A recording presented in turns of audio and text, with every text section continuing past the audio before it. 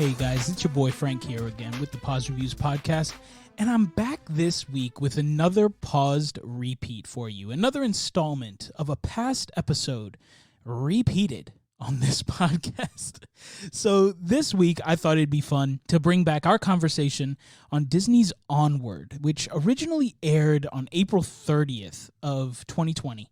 And I thought that made sense, just given the fact that Soul has now been out for a little while, and folks that have been watching that have been really measuring it up against and comparing it to Disney's Onward. We will be back. Oh, we're so close, guys. We're so close. February 4th, 2021. I have been missing it so much. I not only doing the podcast and having the conversations and all that, but also the routine that comes with it.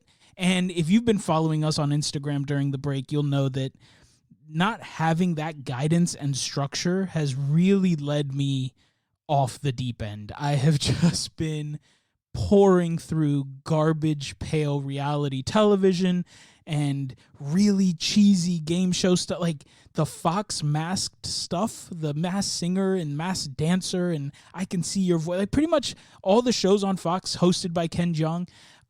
Been pouring through those. It's a problem. It's becoming a real problem, guys. So I need the podcast back as much, if not more, than you guys do. But in the meantime, please enjoy this repeat episode of Disney's Onward.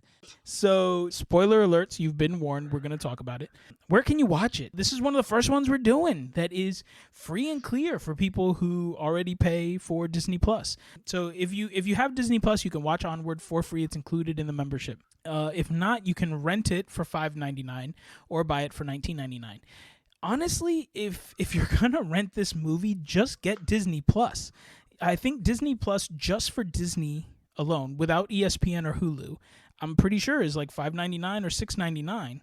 So for the cost of renting this one movie, you can unlock your entire childhood. So sign up for Disney Plus if you're going to rent this movie. You'll be glad that you did. Even if it's just for a month, you'll get more than your money's worth. And do it, and don't watch this movie and watch something else on Disney Plus. And like Jeff Goldblum. Yeah, exactly. I literally what I was going to say is, as a disclaimer to that, there is so much actual content on Disney Plus beyond just what you expect to be there. The Imagineering story, which is like the history in 4 or 5 parts of the Imagineering arm of Disney and the parks, was fantastic. Frank and I talked a little bit about the Nat Geo stuff that they've had on there and stuff. Yep. Not to mention like The Mandalorian, and if you're into Marvel, all the Marvel stuff that's coming and the future Star Wars shows, it's totally worth it. There's much more on there and stuff you'll forget that was even Disney property that's on there. So dude, absolutely right. They're about to come out with a special that's like props and something or whatever, but it's basically a behind the scenes making of some of their biggest stuff, including Mandalorian, but it's Nightmare Before Christmas. It's going to be like this deep dive into the world of Disney. Guys, for $6, just do it. It is so much above everything else out there. Yeah, and then don't watch this. And don't watch this, right? All right, so Onward, that's where you can get it. That's how you can watch it. That's how much it is. So this one was released in 2019. That's not true. This was released in 2020. Yeah. And so director Dan Scanlon. So Dan Scanlon, he's also the writer on this one. He directed Monsters University and also wrote that. He was on the creative team, quote unquote, for Coco, Inside Out, Brave, and Incredibles 2, and Tim's favorite, Toy Story 4. He didn't write or direct those. He was just sort of on the team. I give that as a little backstory, and you'll kind of see why in just a second.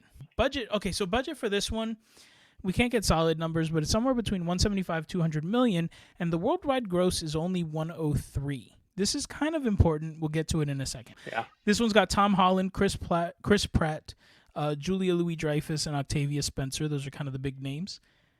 I played the game with Alyssa called Spot the Ratzenberger, and I couldn't find him. He's in this, and I looked it up later, but I have no recollection of him in this movie. No, I looked I looked at the IMDb and I can't even really pull up the character. Yeah, for those I of you have who to. don't know, John Ratzenberger voices the pig in Toy Story, and he's also Mac in Cars. Basically, he is someone's voice in every Disney movie since 1994, 92. Yeah, yeah. Anyways, so I do love playing that game. I couldn't find him this one. Synopsis. This one's pretty short. I kept it short and sweet. In a once magical land, now turned normal, two brothers set off on a mythic quest for a stone that can bring back their dead father for one day. That's about as light as this one gets, guys. Okay, overall opinions. Tim, let's start with you. I mean, it's Pixar, so you know it's gonna be beautiful. Just their standard of animation at this point. You know, it's like Coco with the colors and the color palette is just it does a lot for the movie.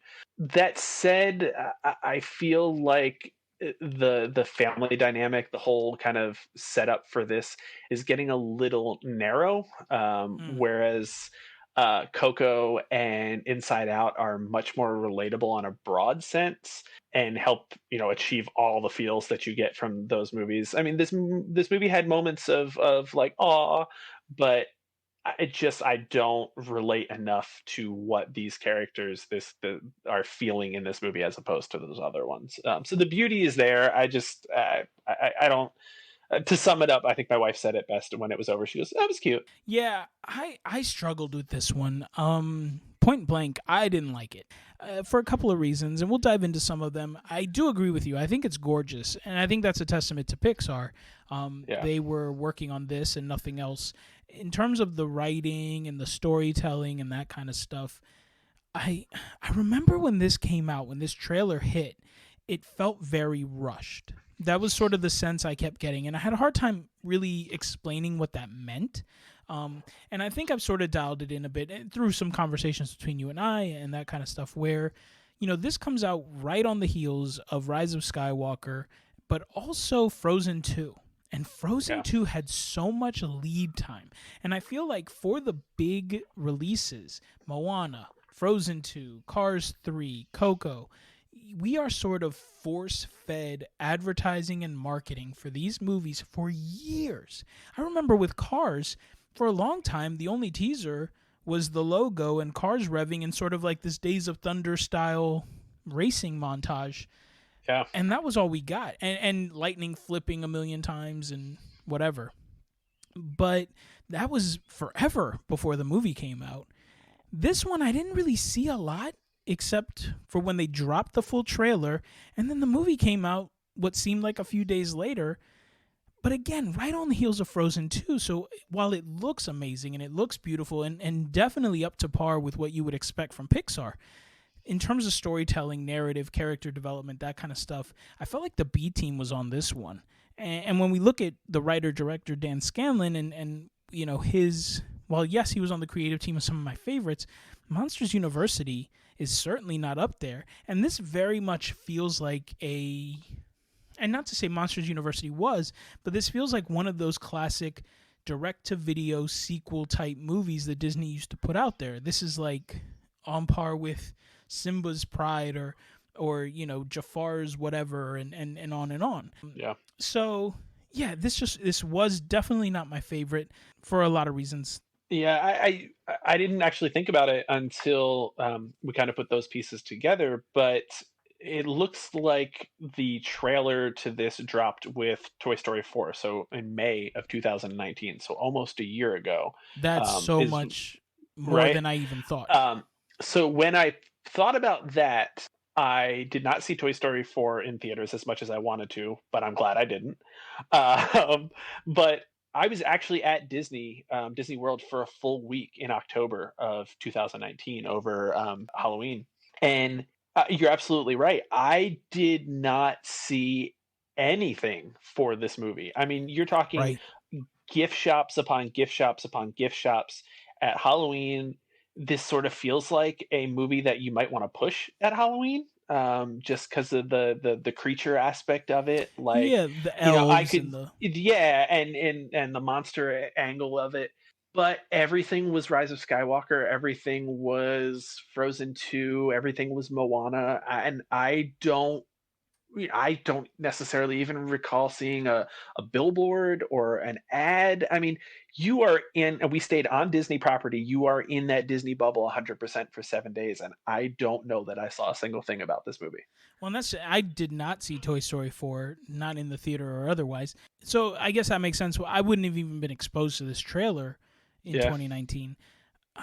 Yeah, you would think. I mean, Disney, one of the things is, you know, when a Disney movie's coming out, they let you Yeah. know. Yep. And I just didn't get that sense from this one. So diving into it, so we talked a little bit about the budget, right? So a budget of around 200 million, and really only bringing in about half of that. Because of that, there's so many articles, and everyone talking about this is talking about how this might be Disney Pixar's biggest flop. I think that's unfair. So something very interesting with this movie is this one was released March 6th, I believe. So really right. I mean, this is the first movie we're talking about on this podcast that was really affected by COVID-19 and this worldwide pandemic. But March 6th, while still early on in our fight against this virus, it was still very much at the peak part of where we are very aware of what's happening in the world. And I feel like people had already really started to limit the unnecessary trips to movie theaters and things of that nature. This movie was 100% affected by COVID-19. And so, those opening weekend numbers, that kind of stuff, I feel like are very skewed. And to not talk about that, to not put an asterisk next to any discussion of the profitability of this movie is ridiculous. And I think it's also spoken to with the fact, or with the reality of how this is done sort of on the back end, right? Yeah. And the legs that this thing has. Disney has done something very smart. This movie was affected, but so were a bunch of Universal releases. So The Invisible Man, The Hunt, and Emma. These were all movies that were sort of in the theaters around the same time, and people just weren't going to watch it. Now, this sort of started that whole cinema at home thing. So Universal's approach was, we're going to release these movies for you to be able to watch at home, pay $20, and you can rent them for 48 hours, right? Well, Disney from jump said, pay us the $20 and we'll just give you Onward, right? So they did it where it was a purchase. Ever since these movies came to be available to us at home, Onward has been number one on the iTunes rental list, even though it was available for purchase. And it was, I believe, number 8 on Prime Video. Keeping in mind that you were paying $20 to own this movie and competing against movies that were normal rental prices, $3.99 to $5.99. So to be number 1 and number 8, respectively, for iTunes and Amazon is crazy when you're talking about a lot of other movies, The Gentleman and all these other big name titles that were becoming available to rent, right? Yep. At significantly lower prices. Now, compared to Universal, which didn't make them available for purchase but made them available for rent, those don't even appear in the top 100 on iTunes, and they're like 50 and worse on Amazon. So we don't know exact numbers of how well they've done, but for it to be that successful, Onward, to be that successful in the home market against that type of competition, when you're seeing other things floundering and failing, I think it's safe to say this is going to prove to be a very successful movie for Disney, given the circumstances. And if this had played in a world that was not affected by this horrific virus, the numbers would be very different for this movie. Whether or not it's good or not, people would have gone to see this because people are already watching it at home. Yeah. I think too, they didn't really have anything to lose really at this point. I don't understand why everyone didn't make it movies available for purchase. Yeah. We're not, this is the only case study in this because, Right. I think February, March, this is usually not the best time of the year for movies. You're usually talking about Christmas or summer blockbusters is when like you're going to schedule all the major stuff to come out. After this, everything else that was slated to come out has been pushed. Like nothing, Exactly right. So we're not going to know what the case study in this was. If we'd gotten to the summer blockbusters that people were expecting, like the biggest one that I was expecting was the Ghostbusters Afterlife, which that was just about to start ramping up. We hadn't seen really a full trailer for that yet. What would that have looked like if something that really had some power behind it? We're not going to know. I think the other ones that this was up against, it's not really anything that maybe, again, we're all stuck together at home. So what's the easiest thing, especially if you're with kids? You're gonna pull this down out of those offerings that were all mentioned. Yeah. Unless something else is your niche. Some of the arguments I was hearing is like, well, $20, if you have 4 or 5 people in your house, is still cheaper than the night at the movies. It's like, yeah, but again, in this case, $6.99, it's going to get you a lot more on Disney Plus. So Absolutely, and not everyone in my house is going to chip in. So yeah, it's right, right. it's. I think it's definitely an interesting conversation, and it's sort of this bubble in terms of, because you're right, this is it for content for now, Yeah. because everything Yep. else has been pushed. Nothing else is going to come out until we're through all this. It's a fascinating thing, but in terms of what could have been or whatever. But my main point is, I think it's very unfair to call anything a flop, because there's just no way to know what this would have done or could have done, Right. because this is not our normal world, and this is Yep. not the normal market. Not to mention that it's available right now for free on Disney Plus for their subscribers. Like, Yeah. what a way to treat your clientele. Hey, Yeah. thanks for having us. Thanks for having the subscription. I know people have complained. A lot of people signed up because they wanted the Marvel content. Now that's all been pushed because of all of this. Right. We'll give you Onward right now. I mean, the Yeah. fact that we're not even 2 months from when this movie first dropped in theaters and you can stream it for free, that's Yep. crazy. Yeah. I mean, again, it's a test case maybe for a lot of things. This is a new platform for them. I mean, they did Lady and the Tramp went directly to Disney Plus. This could be the future of this type of movie. You're talking about like those direct to DVD sequels as well. It's going to be direct to Disney Plus kind of content. I think it's definitely So already on their radar. It always has been to have some things that just air on Disney Plus, or Yeah. premiere rather. But anyways, yeah, no, I think it is fascinating, and it's going to be interesting to watch. Like many things that they do. Let's jump into the movie more specifically, and we'll start by talking with some of the challenges that we thought were in here. And I'll kick it off. I think the main issue for me is that at no point did any part of this story really suck me in. The characters, the conflict, the world itself, while impressive to look at, none of it really captivated me. I found none of it relatable. I didn't see myself in anything, and it just never grabbed me. And especially telling a story. So to get a little bit more into sort of what this is about, we come into this family. It's two brothers, Ian and Barley. They have lost their father. Ian never met him. He died while his mom was pregnant, maybe, or very shortly thereafter. Barley, who's a bit older, voiced by Chris Pratt. The younger brother, Ian, voiced by Tom Holland.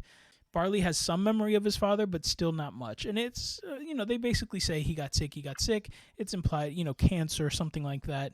He died very young and somewhat unexpectedly, right? And so Ian has struggled with this. You factor in also they exist in this world that used to be magical, but magic was difficult. And so, which I thought this was sort of a clever thing. Magic was not something that everyone could easily do. So people started inventing electricity, so on. And eventually everyone just stopped using magic altogether. And Barley is very obsessed with the history of his world and magic. He's very, D&D style guy. He plays this game that is based on what his world used to be. And so they find out this is Ian's 16th birthday. Their father left them a wizard staff with a stone that would bring him back for one day so he could see how they grew up, right? But I guess Barley tries it, can't get it to work. Ian tries it, it works right away, but only halfway, and they bring back their father's legs. And now, in order to finish it, they have 24 hours to find a new stone and try to finish the spell so they can bring the dad back. I feel like there's bones there, but none of it really grabbed me. Everything felt very surface, and especially from, there's so many points where you can get me, right? My anxiety, one of my fears is dying young and not being able to see my kids grow up. I couldn't even relate to that. I lost my Yeah. father at a very young age.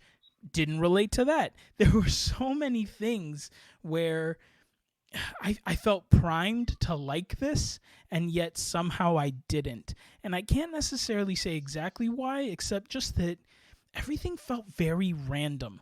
There was no cohesion to it. It was just kind of, hey, here's this. Hey, their father died. Hey, there used to be magic. Hey, he's an elf. Hey, look at that. It's a centaur. But no reason as to why. No reason as to why things are happening. And so I felt like I was just sort of watching flash and glitter on a screen, but giving me no substance. You know what I'm saying? It just felt like a bunch of buzzwords. I mean, Barley in and of himself as a character was completely random. I'm not sure that person exists in the world who is a metalhead into D&D, also knows a lot about his cars, but is also a hippie and is going to protests for, maintaining That sacred is so monuments. true. He's literally an amalgam of everything. Yeah. And I don't have an older brother, but I from everything stories that I have heard and people who I know that have older brothers, I feel like older brothers make more of an impression on you than Barley made on Ian. Like it's almost like they're not even brothers. Like they're so different and have nothing in common. But we also really don't know what Ian's deal is at all. Like he's not really into his friends. I mean, he's in high school. Like the he doesn't have friends. He is not a jock, but he's not the smart kid. He's just kind of nobody. I don't know. Now that's really true, because he's not the nerd. He's also not the athlete. He's also not the like the scholar. He's just kind of nothing. But I guess I can see that. He's sort of the everybody. But by being nobody, none of us have an into who he is. None of us have a way to find him relatable, and therefore none of us have. You spend 2 hours or an hour and 45 minutes clawing for something to grab onto, but everything you grab, you just cannot hold on. Like there's just nothing of substance, and that's frustrating. You expect more from Disney. Yeah, and you choose this world, but if magic is the really big aspect of this, it doesn't really have to be set in a magical world with creatures and everything else. So I would have liked a little bit more world building. Like I'm into that kind of thing, whether it's cryptozoologic or mythical creatures and kind of stuff. So it was kind of fun to be like, oh, cool, a manticore or something like this. But there were some creatures in here. I was like, I don't know what's going on. Like, I don't know who these people are. Are they supposed to be some, there's no explanation of what kind of purpose they are or things. And then there's just other weird things. Like one of his classmates clearly has an accessibility issue. He's like this giant purple guy and he has crutches. And you're like, okay, so a world of magic, but there's there's real cancer and accessibility needs, and then later on I think there's like a gender one of the police officers is talking about her girlfriend, and it's clear that she's in a lesbian relationship. And what is this world is very confusing. It seems very human construct. We've got highways and things like that, but then they all live in mushrooms, and there's just a lot of things that are just there. Why? I guess. Well, I feel like this movie failed to do what Zootopia did very well, which is sort of to, you embrace this world and but everything makes sense in the world. You can relate to all of it. They live in normal, and I think that, especially, you mentioned a lot about the characters and sort of that character development, and I can understand they're trying to make a lot of these things very commonplace, But if this is supposed to be my world, right? If I'm supposed to see this as a reflection of what we have become and evolved into, not become in a negative sense, but what we've evolved into in a positive sense, okay, well, if I'm supposed to see this as my world, well, what's the magic in my world? Right? Like Yeah. what's the reflection then? What's the commentary on what we have lost? Well, and we're not talking about hundreds of years either, right? Like Right. Ian's 16, Barley's he's in a gap year, so he's somewhere in college. So their dad's only been dead for maybe 16, right? Maybe 16 years, Tops. right? Yeah, tops. And everybody has just completely forgotten about Magic in 16 years, to the point that it's relegated to a board game only, and it's Well, just I think the loss of magic happened even before the dad's time. I think okay. he was just in his last days looking for anything that he could, some might turn to religion, some might whatever. Okay. He sort of found that this might be possible, that he could come back and see his kids later, and so he left that for them and Okay, sort of then found those elements. gotcha. That makes that a little bit more.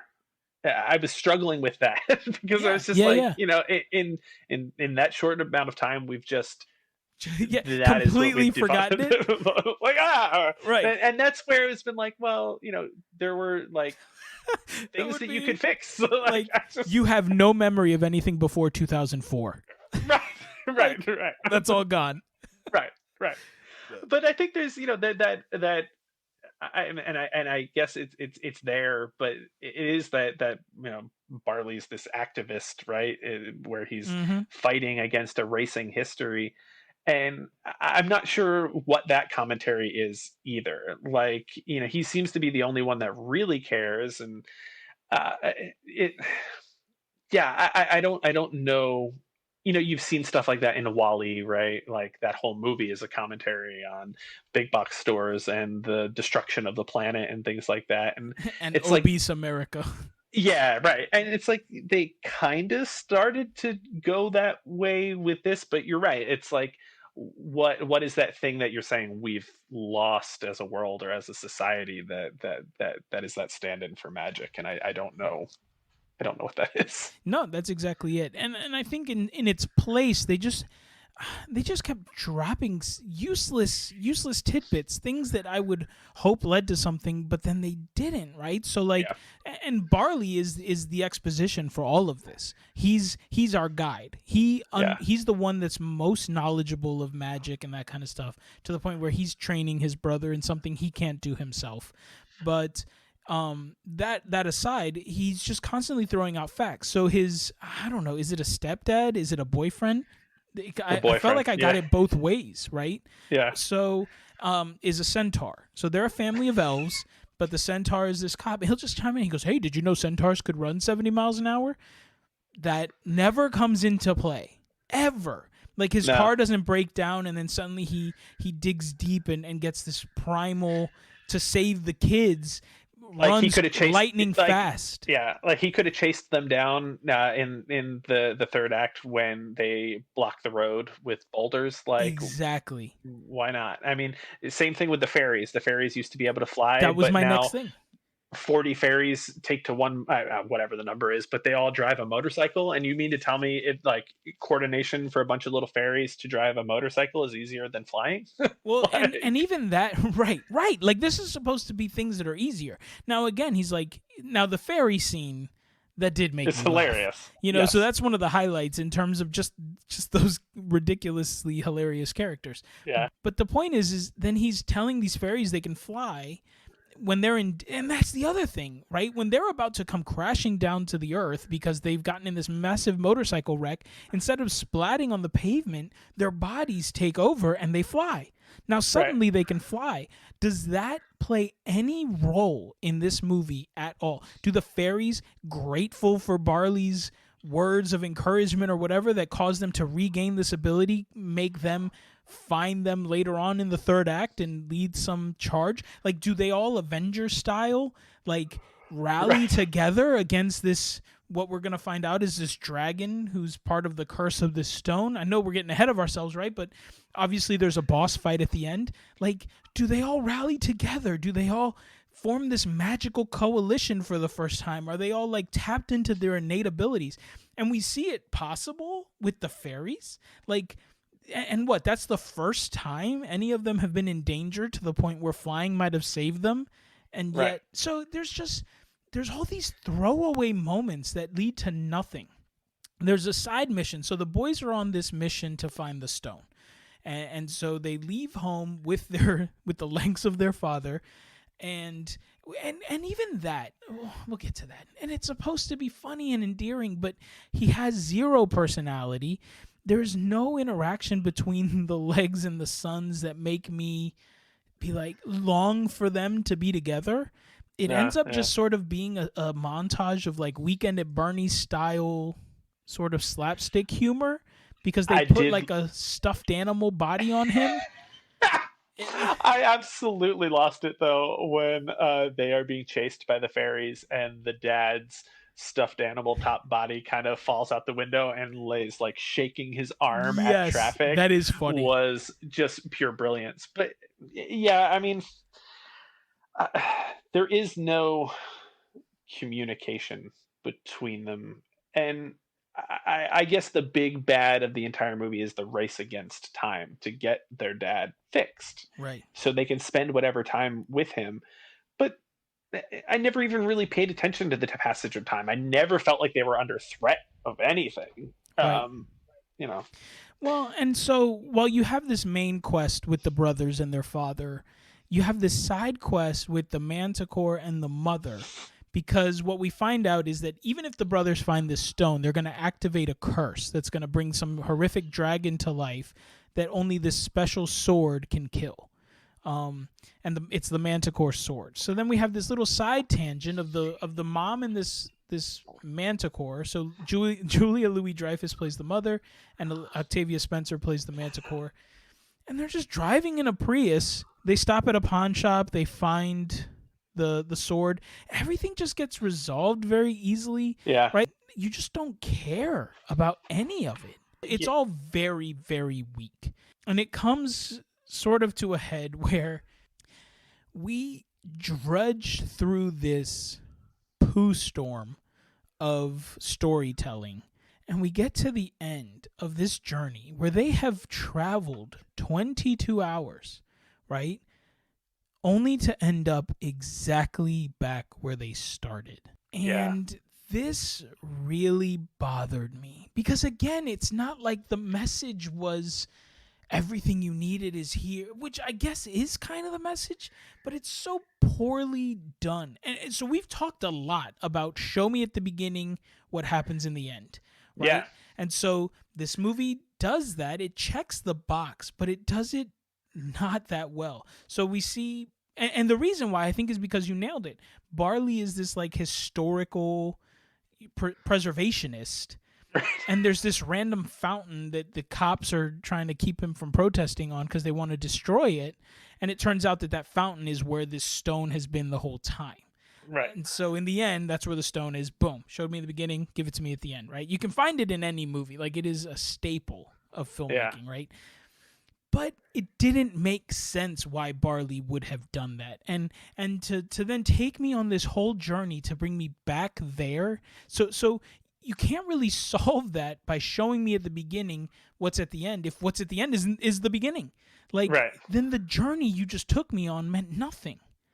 Well, and that's almost what the movie ends up saying, is that the journey was pointless in all of this because the memories that Ian is looking for, he's had the whole time with his brother as a stand-in for his dad.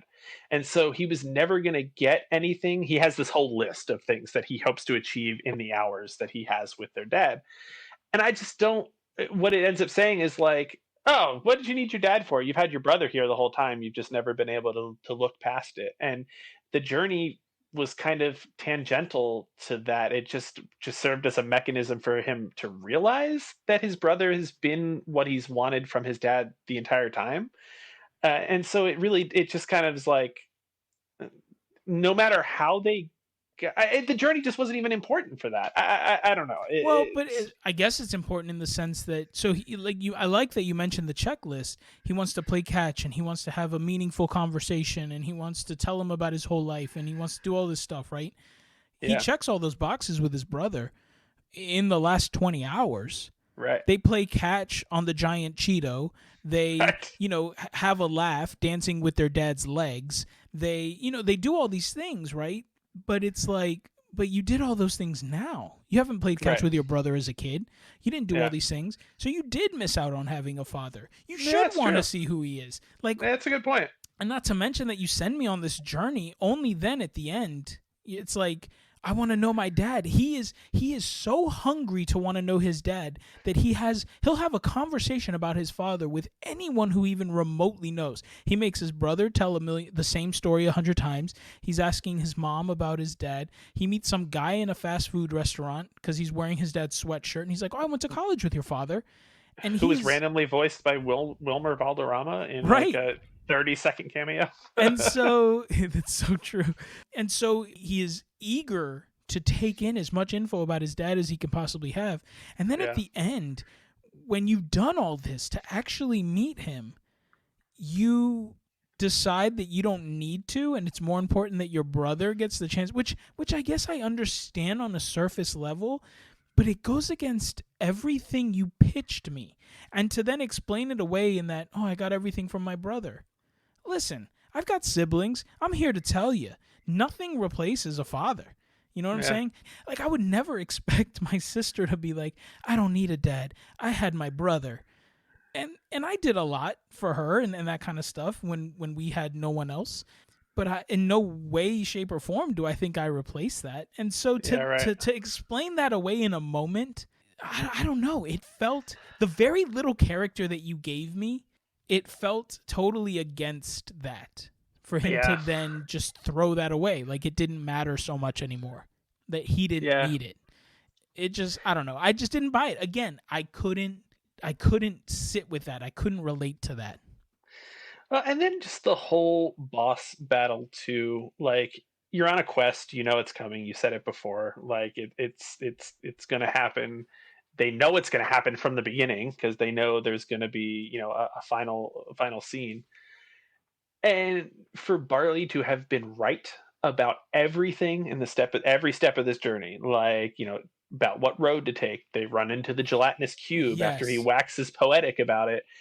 He's been right about everything, but he doesn't no inkling that there'd be a curse at the end. Like Oh my God, Tim, I'm so glad you said that. Yes. Yes. it just he's caught by surprise, and they made such a big deal.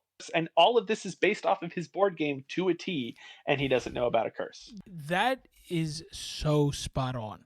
How do you not know there's a curse? How do you not know that you need he knows he needs to go to the Manticore to get the quest and to get the map. How do you Right, not know that you need the sword? How do you right, not know that because apparently these are staples of the Manticore, right, right? right, And so because you told me this, and right. I again you set up a character to play a role that they end up not even being able to fulfill. It's so poorly done. It's difficult to find good in this. I don't know what else. The quest. We talked about the quest. It felt boring. It felt like it went nowhere. Like there was no point. Even the things they encounter on the quest aren't exciting. They're not thrilling. They're nothing. It's you literally just watch a road trip, like an any day road trip with very little conflict, with very Yeah, little issues. Like they yeah. run into a few snags here and there, but they very easily navigate them to end up back where they started. So again, it's like you're not even really shaping anything, any part of the ending, any part of any of it. It's very frustrating. Um okay, so taking a little sidestep, another thing that I struggled with this movie is that it was so on the nose and so heavy-handed. It's not subtle. There's no artistry to the message that they're trying to put out there. And because of that, I feel like this would be a difficult movie to watch with kids unless you are prepared or need to have a very serious and upfront and no holds barred conversation about death and disease and tragedy in your own life. I think this movie could serve that purpose well, but again, like, unless you're prepared to explain to your children some pretty hard messages, like, this isn't, and that's not new to Disney. Every Disney movie, like every superhero, is born of someone's parent dying, right? But Yeah, this felt different. there are better movies in Disney's canon that do it better. I mean, and in recent canon too. Yes. Yeah. You're talking about Coco and that dealing with the loss of a loved one, and that their memory is always with you. Or even Frozen 2, and I didn't really care for Frozen 2 that much, but just that whole uncertainty of adulthood and the when I grow up and the into the unknown, and there's just those things, and Inside Out too, like that it's normal as you grow up that things aren't always happy memories, and it's Mm-hmm. all of those things are important to shape you. There are other movies in Disney's canon that do this well and do it on a universal level. Again, I think this was just too specific. And actually, one of the things that surprised me was the first time I've ever watched a Disney Pixar and felt like it was very gendered, where I was like, Interesting. this feels like a boys' movie. And I don't know that I've ever watched a Disney Pixar movie and went, oh, this is a boy movie. You know what I mean? Like, I don't know that there is much appeal in this for a young girl at all. I would agree with that completely, to the point where when I did see the trailer, I thought to myself, I wanted to watch this with Gabriel because this very much felt like a father-son movie, which I Yeah. don't think is a bad thing. No. I think, what Frozen was for siblings and Inside Out is for everybody.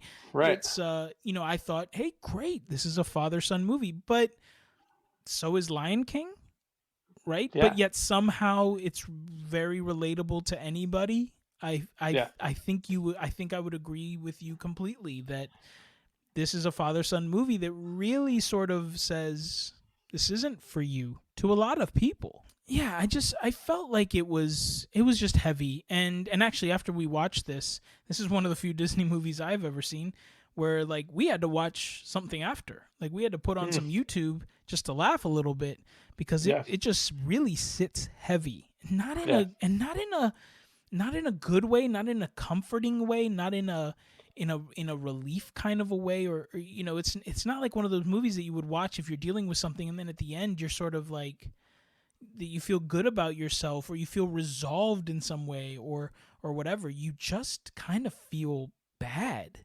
And I think it's partly the heavy-handedness, but I think it's also that it's just not a well done movie.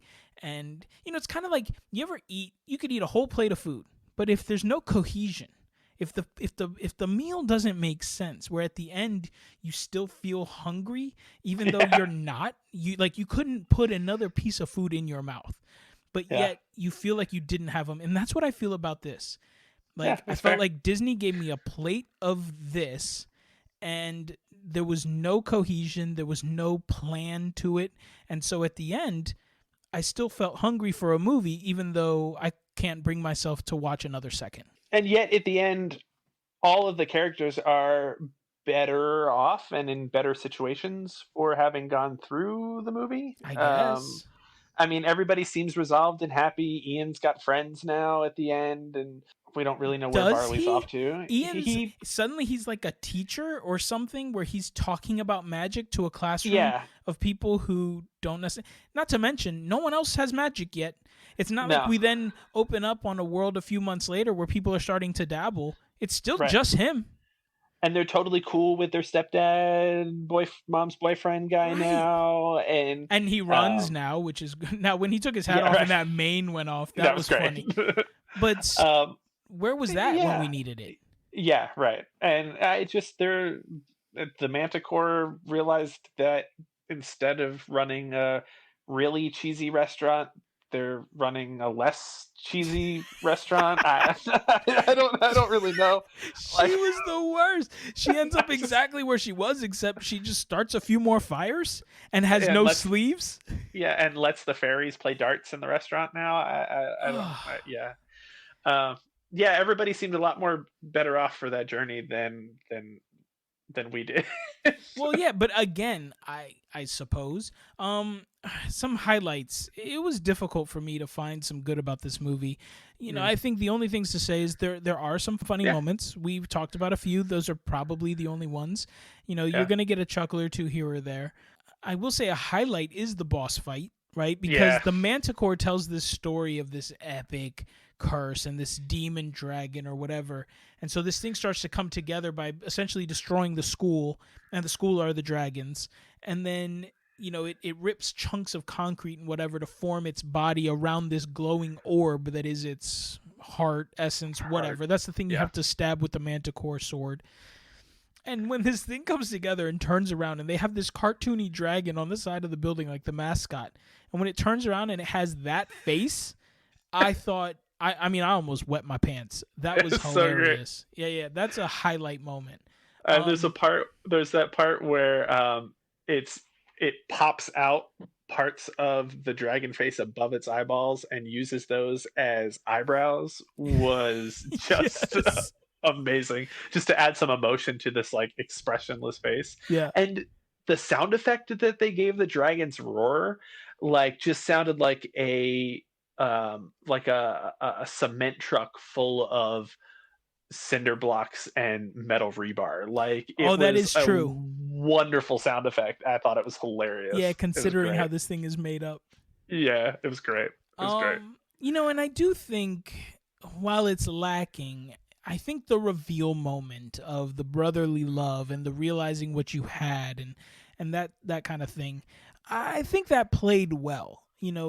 As well as it could have, considering how little you gave us to sort of build on. Like Yeah, again, I didn't feel totally emotionally invested, yeah, but I think for what it is, that was a nice moment, and it very much felt Disney-ish. yeah, yeah, And so but I think with the sugar you get the bad, in the sense that I think the few little elements you get that are good really only accentuate the lows, in terms of yeah. like they don't quite hit as high as they should, and they don't really elevate anything. It's just sort of to remind you that it didn't quite do enough, or at least enough of what you were expecting. And I think you just reminded me of one of the my biggest issue in the end is they had enough time, Barley and his dad, which you're seeing from Ian's point of view off in the distance, and Ian's behind this remnants of the dragon rubble. And they had enough time to like have this little chat and a long, good hug. They couldn't have tried to run over to Ian and just like lift him up over the wall just to hug his dad. Like, Ian couldn't they, have elevated himself over that wall, which he then yeah, very easily climbs out of, yeah, like once it's all over. and maybe that's just supposed to signify his relegation, that it is more important for his brother to get those moments. But again, like you said, his brother had those four moments, and yeah, I guess his biggest moment is not being able to say goodbye. But like, that's a traumatic experience for a kid, and I'm I have not been through that myself. I mean, I'm not going to tell a kid to get over it, right? But like, I just feel like as I would have gotten older, it'd be like that's a lot for a kid, a young kid, to go through, to see your dad hooked up to machines and things like that, and he just really beats himself up over that, and it's tough. I don't know. I think too, for me, looking at it from a father perspective, right? Because I can see this as a son, but I can also see this as a father. And you know, there's a moment in the movie where the mother delivers this just heart-wrenching line for me, where she's trying to comfort Ian because Ian has never gotten to meet him. And so she says that your father fought so hard to be here because he wanted to meet you. That's all he wanted, was to meet you. And Yeah. so then you get to the end where sure Ian has this great, I guess, epiphany and says, "Oh, I don't need him. I've had my brother." But we forget that the father found this spell for the sole purpose of wanting to see his sons and what they grew up to be. So, Yeah. sure, you feel at peace with never meeting your father, but you just brought his legs back for a full day. And then in the end, you're going to rob him of the one thing he wanted, that he fought cancer to try to meet you and couldn't. And then he left you this spell so he could see you when he couldn't. And now in the end, you're not going to let him see you just because you think you don't need him? What a garbage pail thing to do. Well, and then you're Especially when also you hit me as a father with that line. What a horrible moment that for me watching that scene play out, because yeah. honestly that line stuck with me, right? Like you just like I could imagine that. What a horrible thing. And then in the end he's just like, "Nah, I'm good." So can you imagine being the father? You finally come And and then you see the one, you're like, "Hey, where's he?" And he's like, "Oh, he's over there in that pit cuz he's all set." And it's like, well, what? it's otherwise implying that the dad's legs are more sentient than they let on, right? Because Barley then has that thing at the end where he's like, "Oh, Dad says you grew up great, and me raising you as a big brother is just as much of having an impact on you being who you are as a teenager." And it's like, well, how does your dad know that? Like, how did Oh my god, yes, because he's been legs the entire time. So either your dad's legs are really sentient and they have just figured out that you're cool and you're good, but otherwise you're right. Like, it's just as much for the dad, if not more for the dad than it was for the kids. well, and we know the legs can't hear because they go so far as to show a point when he's dancing to the music. He's like, "What's he Right. doing?" "Oh, he can feel the vibrations in the ground." Right. Okay, that makes sense to me. He has no ears. But Right. then Barley makes a comment of, "Yeah, Dad says that you grew up to be a really great kid." I don't understand how he knows that. Did he feel Right. the vibrations of his Right. goodness? And then and then Ian's like, "Oh, well, that has more to do with you than anything." And he goes, "Yeah, Dad said that too." And it's like, what? What is this conversation? Where is he Right. getting this information? He just Right. got a face. Right. Like, Like 30 seconds ago. yeah, the whole thing is just so problematic for me, where you're setting up things that don't pay off, you're giving me information that doesn't pay off, things are Yeah. happening that affect the story, the characters, the plot in no way, shape, or form. And honestly, for me, this movie completely is a massive, massive miss, and something that really could have been wonderful. And again, I was excited. I wanted to see it with my son. I had a feeling like this is going to be a father son thing, and it just wasn't. And I didn't want it to be exclusive to that. Like I said, I think The Lion King is the story of a father and son, and sort of and that tragic love. But my God, does that movie do it well? You Yeah. know. Right. And Yep. but whatever. I think in the end, this movie suffers for existing in a canon where there are so many other options that achieve this better. And Yeah. maybe not all of it, but certain parts of it. And I think, again, that's the other part. Like, don't tackle so much. Tell Yeah. one story, solve one problem. Like, let's speak to one moral truth and go from, like, that's where you make your money. That's your bread and butter. I don't Yeah. need 6 movies in one because you didn't do any of them well. Yeah. Anyway, Yep. before we get into the wrap up, Tim, do anything we forgot or haven't talked about? No, I mean, I think ultimately it just, maybe if you are more into D&D than I ever was, which is not at all, maybe this hits a little bit more for you. Maybe it's a little bit more maybe some of the funnier moments are funnier. Maybe there are tropes within D&D that are more subtle in this movie than anything I would realize. And so maybe that is maybe that theme hits a little bit harder for you, but I think that also just accentuates the narrowness of a lot of what this movie is dealing with, whether it's Right. the family setup or just the core of this world's universe is kind of a small subset. It's not as universal as some of the better movies that we've referenced. Yeah. No, I agree completely. Let's just jump in. What are your final thoughts? Do you recommend it? If you do, rental, purchase, whatever, and what would you give it? What would be your rating?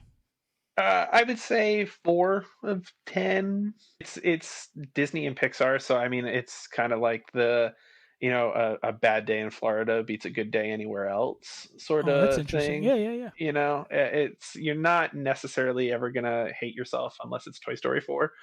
But I mean, I wouldn't go out of my way. I was never going to go out of my way for this movie. I think it definitely looked interesting in the trailer. I was never going to see it in the theater. I would have waited till it rolled out to Disney Plus anyway, and I probably would have watched it when it got to Disney Plus anyway. So Right. I think if you've got a Disney Plus subscription, and even if you want to buy a Disney Plus subscription just to see this movie, you're going to get so much value out of all of the other stuff on Disney Plus that it's not a bad investment. If you're doing it solely because you wanted to see this, there's so much other stuff on there. Right. I don't know that I'd watch it again. There's a whole host of Disney movies that I would want to watch again that also fit into other times. Like I'll watch Coco again. I'll watch that movie around Halloween or around the early parts of November. And that feels like it can be a holiday esque or a seasonal movie. It was fine. Yeah, no, I agree. I wouldn't recommend it. Yeah, I mean, I struggle to even say if you're into X, Y, or Z, or you like this Mhm. element, or there's this message you want to get across. I struggle of finding any reason to recommend this movie. To be honest with you, I think it really just suffers in many ways, and especially when and anything you can tell me that you're interested in getting out of a Disney movie, you can get it better somewhere else, right? Yeah. If you want to see a really interesting critique and commentary on our culture and our world and our life and sort of how we've sort of evolved and what we become and how we can be better and sort of that moral tale, watch Zootopia, right? You want to see a movie that really dives into what it's like to grow up and struggle with the things that we all struggle with and overcome those things and what's normal and what's not, and just being okay with yourself as a person, watch Inside Out. If you want to see a movie that deals with the subject of loss and death and sort of overcoming that and being stronger as a family for it, watch Coco. If you want to see a movie that dives deep into sibling love and sort of that empowerment that comes from that and leaning on each other and siblings being all that you have and using that connection to overcome tragedy and heartache and loss in your parents, right? Watch Frozen, right? And if you want a movie that gives you all of those things in one, well then watch those four movies back to back, Yeah. because like it's just they do such a better job than this movie does in any one of those areas. Or just go back and watch The Lion King if you're looking for that father son, story. It's I struggle to think of a scenario where this would be the movie to see. And I did think, and my wife made the comment, especially now and all the stuff that we're going through, where so many people are dealing with this unexpected loss of family members. And not only is it tragic, but it's horrific. This whole COVID thing, no, it's not cancer. No, it's not this, but it's not an easy thing to deal with. And more than anything, we are losing people and family who can't even be surrounded by the people that they love. They are Yeah. dying alone. What a horrible thing. So, Yep. I think that in the aftermath of all of this, there's a lot of people who are going to be affected by this severely in the worst possible ways. And maybe this movie can speak to that. Maybe Mm. this movie can help them have this conversation with their children. I would warn you that it is so heavy and in your face, right? That unless you can really handle that or you're prepared to have that conversation, I think it could be even more difficult, where something like Coco and things like that just look at things in a more empowering way, in a more Yeah. joyful way. And I think this movie tries to do that, but I think it falls very short. And it's almost weakened and lessened with the sort of cheesy campiness of this mythical world. I would give this movie a 3 out of 10, and it only gets the 3 because, like you said, it's Disney and you're going to watch it. It's going to feel familiar, but I think if you're like us, it's going to feel like I don't know, it borders on generic. But at the same time, you're going to get some of the things that you hope to get. And because of that, and if you already have the Disney Plus subscription, give it a look and see. But like I said, there's so much better content there, and so much better content almost anywhere else that, that hour and 45 can probably be spent doing other things. I would watch 6 Jeff Goldblums before I watch this again. So anyway, all right. Well, I think that about sums it up. That's a happy... It's not what I expected. No. I was so excited. I was like, we're going to talk about a Disney movie, boy. And it was not. What a letdown. I felt robbed. Yeah, that's, it, like I said, it was cute. It was fine, but it wasn't. It's so convincing. It was cute. It was fine. It just wasn't the, and we are huge Disney fans. So right. like, me too.